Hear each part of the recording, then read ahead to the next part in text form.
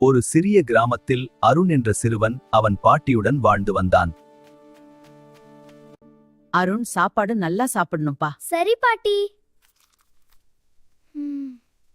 மாலை நேரத்தில் ஆற்றங்கரைக்கு போகாதே, அது ஆபத்தானது.